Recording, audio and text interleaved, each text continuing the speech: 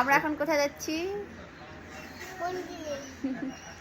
Hello friend, welcome to my new blog. তো সবাই মিলে যাচ্ছি আমরা মন্দিরে পুজো দিতে। তো আজকের ব্লগটা পুজো দিয়ে নিয়ে শুরু। তো চলো কোথায় যাচ্ছি, কি হচ্ছে আমি তোমাদেরকে দেখাবো, দেখতে থাকো ব্লগটা। তো আজকের ওয়েদারটা খুব সুন্দর।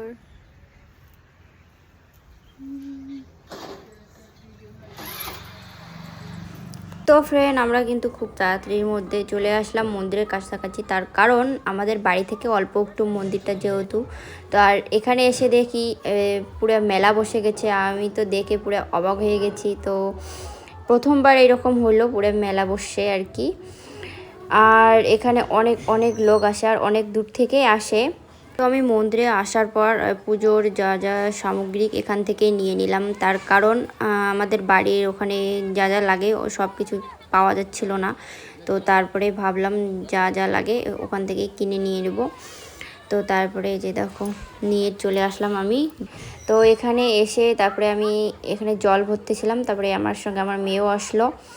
তারপরে এখানে দেখি যে এত এত মাছ আসছে, তো বলার মতো না। তারপরে আমি এখানে কিছুক্ষণ দাঁড়ানোর পরে তারপরে এখান থেকে জল তুললাম। এই মন্দিরে যারা যারা আসে সবাই এই দিঘি থেকে জল তুলে তারপরে শিবলিঙ্গে গিয়ে ঢালে। তো তারপরে এখানে দেখো আমরাও জল নিয়ে চলে আসলাম। ওখানে টিকিট কাটার পরে আর কি স্লিপ নিয়ে আসতেছি। আর এই যে দেখো মেয়ে এত এত খুশি হয়েছে, বলার ভাষা নেই আর কি।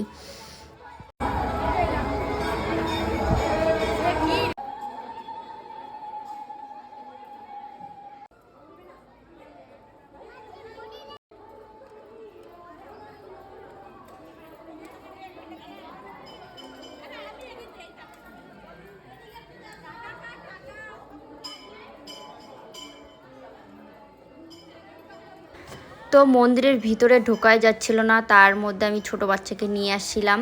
তো খুব কষ্ট করে পুজো দিয়ে তারপরে মা আর মেয়ে দুইজনে দেখো আমরা দুজনে এক কোণায় দাঁড়িয়ে আছি। তারপরে আমার বর শিবের মাথায় জল ঢাললো। তারপরে চলে আসলাম পাশেই যেহেতু মা কালীর মন্দির এখানে। আর এই মন্দিরের আশেপাশে কিন্তু অনেক অনেক ধরনের ঠাকুর আছে, যাকে বলা যায় যে ঠাকুর বাড়ি।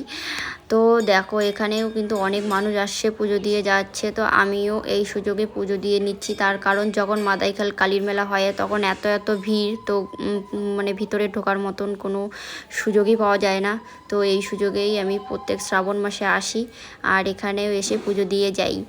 তো মাকে বলছিলাম যে আমার যত অসুখ বিসুখ আসে সব যেন ভালো হয়, যত সমস্যা আসে সব কিছু যেন ভালো হয়, সবাই যেন ভালো থাকে, এই প্রার্থনাই করছিলাম। আর তোমাদের একটু আগে বললাম না এখানে অনেক অনেক ধরনের ঠাকুর আছে। তো দেখো সব ঠাকুরকে প্রণাম করে নিচ্ছি, একটু করে প্রসাদ দিচ্ছি আর ধূপ দিয়ে দিচ্ছি। তো দেখো সবাই কিন্তু একে একে দিচ্ছে।